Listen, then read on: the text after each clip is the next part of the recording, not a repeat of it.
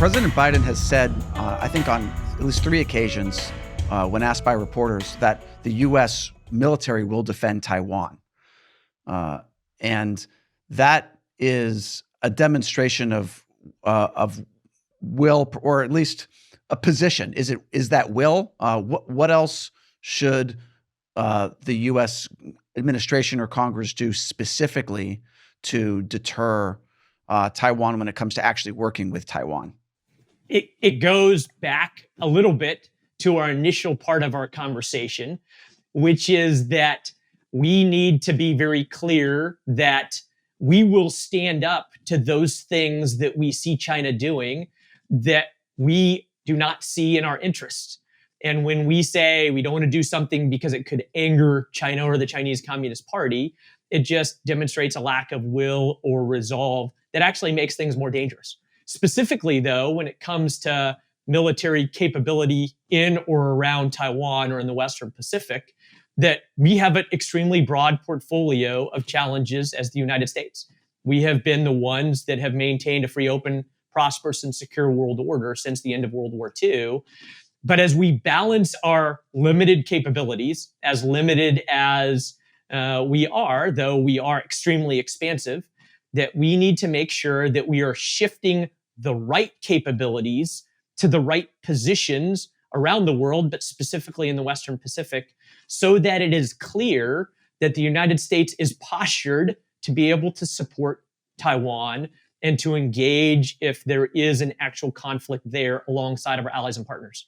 But specifically, we also need to encourage Taiwan to make wise allocations of their own resources. And one of the things that I see as I ran international affairs and security cooperation for the Air Force and the Space Force is that a lot of countries want prestige systems because it is comforting to them to have things like highly advanced F-16s on the ramps of their airfields in their country. But those may not be the actual capabilities that would allow them to succeed in a conflict. And those capabilities may not be the ones that deter in conflict. And so working very closely alongside of our Taiwanese partners and using our allies and partners to do so as well, we need to make sure that they are balanced properly so that China firmly believes that it would be extremely difficult for them to attack and subjugate Taiwan. I know, just based on what China has considered in the last 20 years, that right now their biggest possible concern is that they are an untested military, and an amphibious or airborne assault of a country 80 miles away or a region 80 miles away would be extremely difficult. And right now, the more that we can help Taiwan invest in ways that further create doubt in the minds of the Chinese Communist Party, the better it is, because the deterrent posture is stronger. I want to go back to something that you said a little bit earlier about how the pullout of Afghanistan affected Russia's invasion of Ukraine. How do you see balancing? I think because the U.S. has been involved in the Middle East for so long now, there's been a lot of domestic fatigue among the public for what some people call like endless wars. And, I think politicians on both sides of the aisle have said, okay, we need to not be as involved in some of these like military things in other countries. How do you balance that, as a politician with, feeling like there is the need for the U.S. to maintain that deterrent posture in the Pacific or in other parts of the world? So we are limited in our resources. We don't have endless resources. And you're right. We need to make very careful decisions about how we allocate our resources. And that means where are the pieces of equipment that matter? Where are our people? And how are they properly distributed? One quick thought on Afghanistan.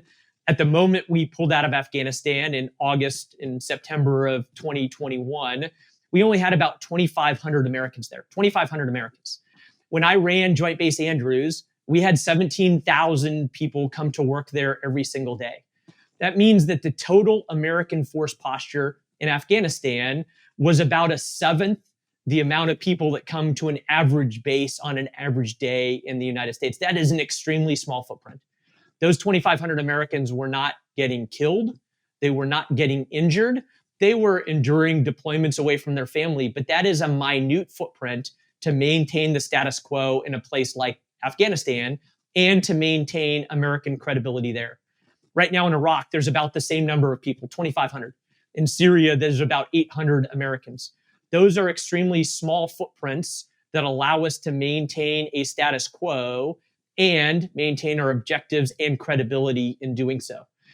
We, of course, going back to the beginning, have to carefully allocate those resources, but we also have to have a sense of proportionality that we are an extremely large and capable force. We still have a large footprint in South Korea in a war that now is 70 years old. And we are rightfully postured there in order to maintain a status quo that is beneficial to that country, but more importantly to the United States. And so we do need to make tough decisions about what we are doing and more importantly, what we are not doing. But we also have to have a sense of proportionality. And while something may sound good about endless wars, we've got to be very careful to throw those terms around, because once we erode our credibility, it means that others who are watching are more likely to make moves that truly harm our strategic interests. So what do you think is the kind of answer here? Do you think it's like better messaging to the American public? Like, what do you think would help like balance that sense of proportionality that you're talking about?